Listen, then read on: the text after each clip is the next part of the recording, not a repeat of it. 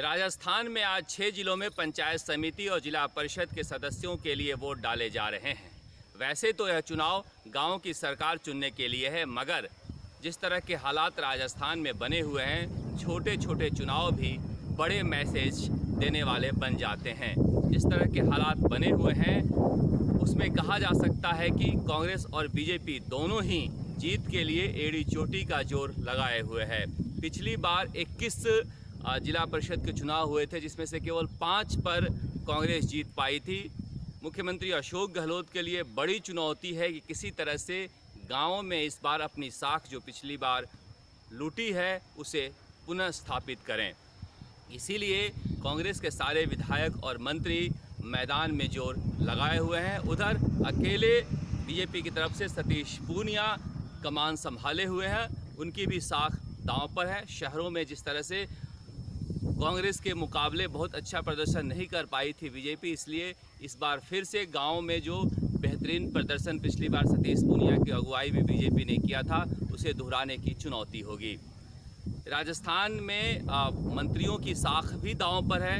कांग्रेस के वरिष्ठ मंत्री हैं प्रसादी लाल मीणा, इसके अलावा ममता भूपेश भी हाई प्रोफाइल मंत्री हैं, राजेंद्र यादव हैं, भजन लाल जाटव हैं, सुभाष गर्ग हैं जो मुख्यमंत्री अशोक गहलोत के बेहद चहेते हैं। ऐसे मंत्रियों की साख भी दांव पर हैं। उन्हें अपने अपने इलाकों में अपनी मजबूत स्थिति दिखानी होगी, क्योंकि मंत्रिमंडल में जिस तरह से फेरबदल की सुगबुगाहट है उनके लिए भी एक बड़ी चुनौती है। खास तौर से इसमें ज़्यादातर जो इलाके हैं वो पूर्वी राजस्थान के हैं, इसलिए सचिन पायलट का इफेक्ट भी इस पर दिखेगा। हालांकि सचिन पायलट इकलौते कांग्रेस के बड़े नेता हैं जो घूम घूम कर पंचायत समिति और जिला परिषद के चुनाव में कांग्रेस को जिताने के लिए लोगों से कह रहे हैं। लेकिन इसके बावजूद क्या पायलट समर्थक कांग्रेस को उसी तरह से वोट दे पाएंगे जिस तरह से विधानसभा चुनाव में दिए थे, यह देखना दिलचस्प होगा। क्योंकि सवाई माधोपुर का इलाका देख लीजिए, या फिर दौसा का इलाका, भरतपुर का इलाका, जयपुर ग्रामीण का इलाका, यह इलाका जो है सचिन पायलट का स्ट्रॉन्ग होल्ड है। लेकिन दूसरी तरफ मुख्यमंत्री अशोक गहलोत के लिए भी बड़ी चुनौती है। कांग्रेस के 7 विधायकों की साख जो है जोधपुर सीट पर लगी हुई है। जोधपुर इलाके में जो चुनाव हो रहे हैं वहां पर लगी हुई है। खुद मुख्यमंत्री अशोक गहलोत के बेटे जो लोकसभा चुनाव हार गए थे, वैभव गहलोत, वो लगातार गाँव में घूम घूम कर चुनाव प्रचार कर रहे हैं। केंद्रीय मंत्री जल शक्ति मंत्री गजेंद्र सिंह शेखावत भी घूम घूम कर चुनाव प्रचार कर रहे हैं। इसलिए उन्हें भी दिखाना है कि गांव में बीजेपी मजबूत है। हालांकि जिस तरह की सफलता कांग्रेस को विधानसभा चुनाव में मिली थी, निश्चित रूप से उस सफलता को दोहराने की चुनौती कांग्रेस को जोधपुर में है। जोधपुर पर सबकी नज़रें होगी, क्योंकि सीधे सीधे वहां पर वैभव गहलोत चुनाव प्रचार कर रहे हैं और मुख्यमंत्री अशोक गहलोत की वहां पर दखल भी है।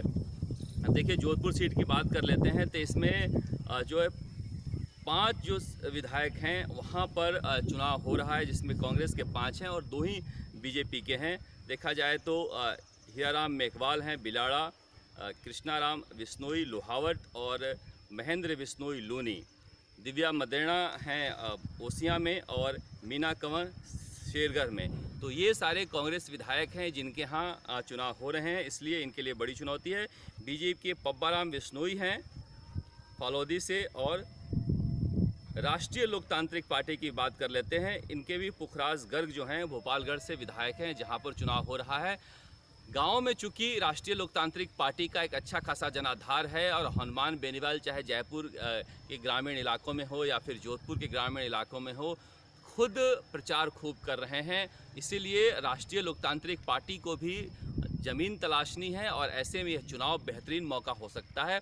कितनी सीटें जीत पाते हैं हनुमान बेनीवाल, इस पर सबकी नज़रें होंगी। भोपालगढ़ में जो उनका गढ़ है वहाँ पर अपनी बढ़त जरूर बनाए रखेंगे, ऐसा माना जा रहा है, क्योंकि वहाँ पर दलित जाट कम्बिनेशन अगर जो पिछली बार हिट हुआ था इस बार भी फिट बैठता है, तो हनुमान बेनीवाल वहाँ तो निकलेंगे ही, मगर जोधपुर के इलाके में किस तरह का उनका प्रदर्शन रहेगा। और पिपाड़ में तो उनके जो सारे के सारे कैंडिडेट थे उनका नॉमिनेशन ही खारिज कर दिया गया था, इस डर से कि हो सकता है कि हनुमान बेनीवाल कांग्रेस के उम्मीदवारों को हरा दें।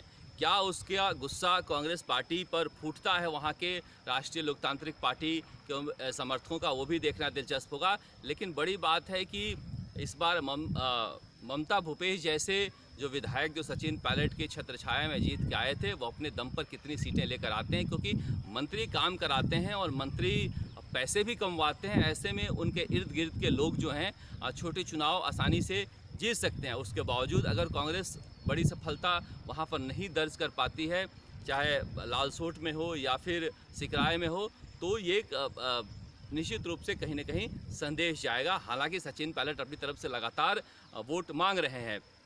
दूसरी तरफ चाहे विराटनगर हो या फिर दौसा हो, मुरारी लाल मीणा हैं, या फिर आपको चाकसू में वेद प्रकाश सोलंकी, ये सब जो विधायक हैं वो सचिन पायलट के साथ हैं। इसलिए सचिन पायलट को भी यह दिखाना ज़रूरी है कि उनके साथ जो लोग हैं वो जिता के ला सकते हैं स्थानीय उम्मीदवारों को।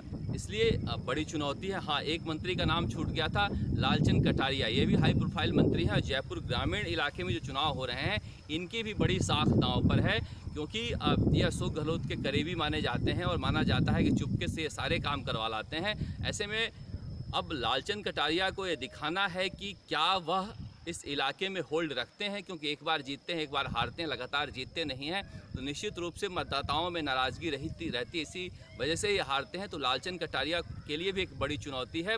आमेर में भी चुनाव हो रहा है, इसलिए सतीश पूनिया की भी बड़ी चुनौती है कि राजस्थान में तो जीत दिलानी ही है। आमेर जो उनका व्यक्तिगत इलाका है, जहां से वो विधायक है, वहां पर बीजेपी अच्छा प्रदर्शन करे, इस पर भी सबकी नज़रें होंगी। वसुंधरा समर्थक किस तरह का व्यवहार करते हैं इस चुनाव में, क्या सतीश पूनिया के लोगों का साथ देते हैं, यह भी देखना दिलचस्प होगा।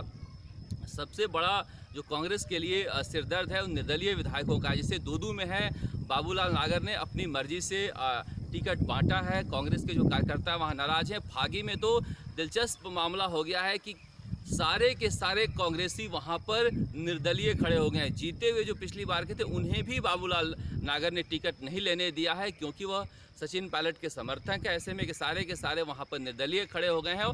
फागी में निर्दलीय जीतेंगे या फिर बाबूलाल समर्थक जीतेंगे, यह भी देखना दिलचस्प होगा। बाबूलाल नागर ने अपने बेटी बहू को भी उतार दिया है, इसलिए भी वहाँ पर चुनाव दिलचस्प हो गया है। इसके अलावा सिरोही में स्वयंभू नेता हैं वो कांग्रेस में कहते हैं शामिल नहीं हुआ है, मगर पूरा कांग्रेस ही चला रहे हैं। संयम लोढ़ा मीटिंग में भी नहीं आए गोविंद सिंह डोटासरा, क्योंकि वो जानते हैं कि वो अशोक गहलोत के करीबी हैं, अपनी मर्जी से टिकट बांट रहे हैं। वहाँ पर कांग्रेस के जो मूल कार्यकर्ता हैं वो नाराज़ हैं, वो विरोध कर रहे हैं। यही हालात गंगापुर सिटी में है रामकेश मीणा के यहाँ, जहाँ पर वो अपनी मर्जी से टिकट बांटे हैं, जिसे लेकर कांग्रेस कार्यकर्ताओं में नाराज़गी है। महुआ में ओम प्रकाश हुड्डा के कहने पर टिकट मिला है, इसलिए अजीत सिंह महुआ जैसे नेता नाराज़ हैं। तो निश्चित रूप से निर्दलीय और कांग्रेस का एक घमासान है। जोगेंद्र अवाना और के बेटे वहाँ जिस तरह से निर्दलीय जीते हैं, निश्चित रूप से कहा जा सकता है कि जोगेंद्र अवाना के बारे में कहा जाता है कि उनके पास इतना पैसा है कि वो कुछ भी कर सकते हैं। जाहिदा और वाजिब अली के बीच जिस तरह से विवाद हुआ, निश्चित रूप से मूल कांग्रेसी और बाहर से आए कांग्रेस में जो विधायक हैं उन्हें लेकर एक कसमकस है। वो इस चुनाव में कितना असर दिखाता है यह भी देखना दिलचस्प होगा।